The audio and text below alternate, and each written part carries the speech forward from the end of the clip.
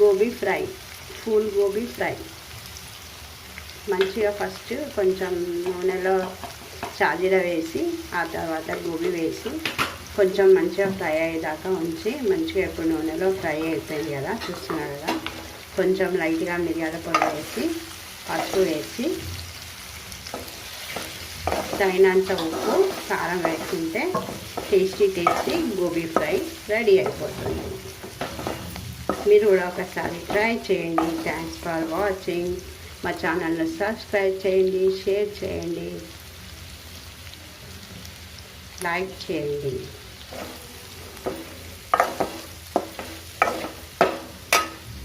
చూస్తున్నారు కదా, మన గోబీ ఫ్రై మంచిగా రెడీ అయిపోయింది.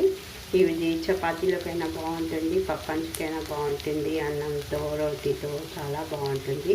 మీరు కూడా ట్రై చేయండి. లాస్ట్లో కొంచెం కొత్తిమీర వేసుకుంటే చాలా టేస్టీగా ఉంటుంది.